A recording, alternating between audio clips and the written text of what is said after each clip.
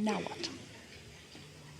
I've gotten very in tune where not only do I realize when I'm going to get picked, but often when, like after that last one, Andrea. So I've gotten very good at manifesting and sort of like almost like learning a cheat code. It's just so exciting. I want to share it with everyone. When I see people suffering, like, you don't have to. And the same way when someone Did you say the chill code? Cheat code. The same way when someone... it could have a better name. That would be.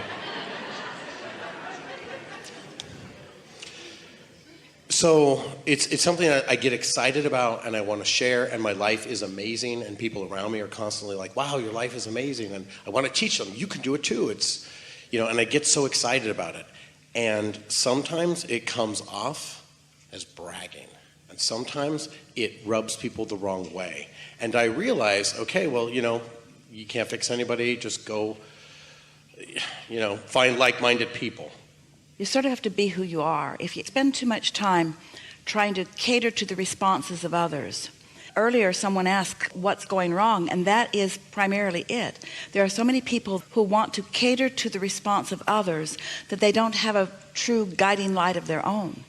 If you stay true to who you are, and you are just happily moving along in all of your outrageous, joyous success, there are going to be a lot of people who aren't ready to witness it. But you can't stop being it and help them. You can't get sick enough to help sick people get well, or poor enough to help poor people become prosperous, or confused enough to help a confused person become clear-minded.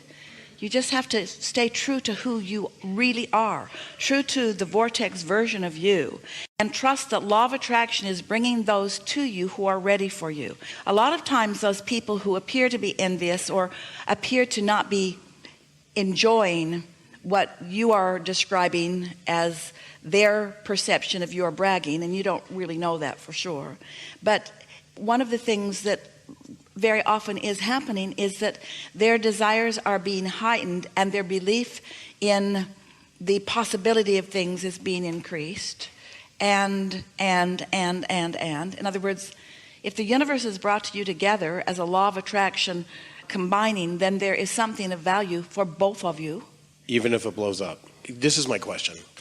I was trying to explain how this situation works to somebody at work, because she had said, wow, these things kind of happen to you. And I was trying to get her to just want something. And she wanted these tickets to Adele.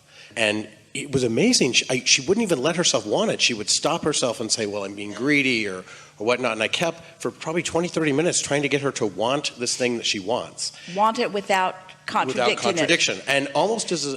Do you think you can undo a lifetime pattern of negative expectation?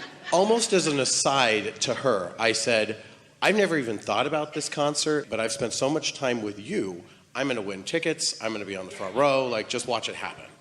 And a few weeks later, I go to this charity event, and their grand big package, front row, floor seats to Adele, and I looked and I thought, okay, if this happens, this is going to be a little real and kind of too much for me. And they pulled 2 numbers, I didn't win, but those people didn't claim their prize. And they pulled the 3rd number, and there it was, and I won this grand prize.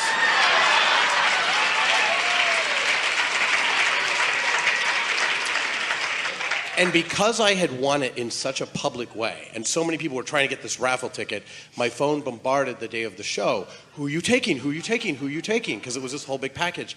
And my heart sunk because I had gotten so busy at work, I hadn't thought about it. And I'm like, man, I'm not dating anyone. There's nowhere to go. Like, here's this amazing prize. I wish I had a couple more months to find someone. And an hour later, she goes on Twitter and for the first time ever cancels her concert, postpones it 2 months. And I thought, I got 2 months to find someone. And I started to think, man, I'm getting really good at this. So we're starting to feel like you're bragging.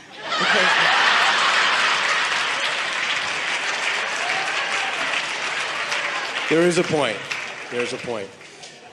So to manifest this person, I thought about every relationship I had and that moment when it was really special. I imagine this one in particular with somebody I had just met. We were at the movies and our faces were touching. We were just so in love. And I was like, I love the way that felt. I felt it for a couple of minutes and I let it go. And then a few weeks later, I meet somebody at a Halloween party. And it starts to go pretty well. He says, hey, I want to take you to a movie. All the theaters are oversold, and there's one particular theater that had tickets to the show. It was the same one. 2 weeks later, I find myself in a theater in that same, like, oh my gosh, I like you so much. And I thought, wow, look how fast that comes. So we went to Adele. The relationship is going really well, and I had felt like perhaps he was vetted from the universe. I told him kind of that story. I said, you're literally a wish come true. Like, I wished for you, and here you are. And it was going very, very fast, and just out of nowhere, it exploded. And when I asked him what happened, it was that he perceived, not knowing about Abraham yet, that I was bragging and that I was getting excited about things that people didn't care about. And I had completely lost the ability to talk to regular people, and he saw me as a liability. And normally I wouldn't care. And normally it would be like, okay, but this was somebody that I cared about so much, and it ended our relationship. And I was heartbroken. And I was like, why would you, I thought, vet this person that I wished for and then have it blow up in my face? It made me feel like I'm too bright. It made me feel like I just want to be small. It broke my heart. And I realized there'll be another one. But Abraham, how many times can I fall on my face and fall on my face and fall on my face before? Endlessly. I don't want to try anymore. There's no bottom. There's no bottom. Next. And so just, oh well, and pick it up and try again. How do I get excited about the next one? We are enjoying this unfolding, and we are enjoying the response of the group to this unfolding. And there is so much richness and value that we can mine together. Do you want to? I'm willing to listen. I'm willing to do the work. So let's just begin by saying to you that maybe the easiest way for you to hear it is that your life is happening to you at many levels of your awareness. So there are the things that you are aware of that you want, and there are things that you are aware that people are aware of you. In other words, there's your awareness of what you want, and yours awareness of what that person's opinion of what you want is, and that person's opinion of what you want is. In other words, there are so many awarenesses going on, all revolving around you, really, around any one of you. So you are describing to us some practices of what we have been calling deliberate creation. We've had lots of conversations with lots of people over the years about exactly what you're talking about, how to get what you want, to think about it, to focus on it, to don't think contradictory thoughts about it, and watch the universe yield it. This is just Law of Attraction 101. This is just how Law of Attraction works.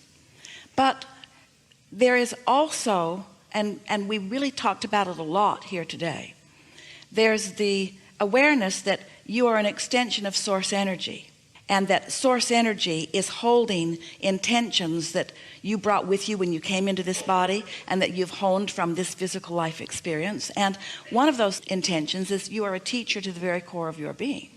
And you understand that you can't teach with words. Words really don't mean very much. That you teach through the clarity of your example. And so through the clarity of your example, those who are ready to receive what you are exampling can receive the benefit of it.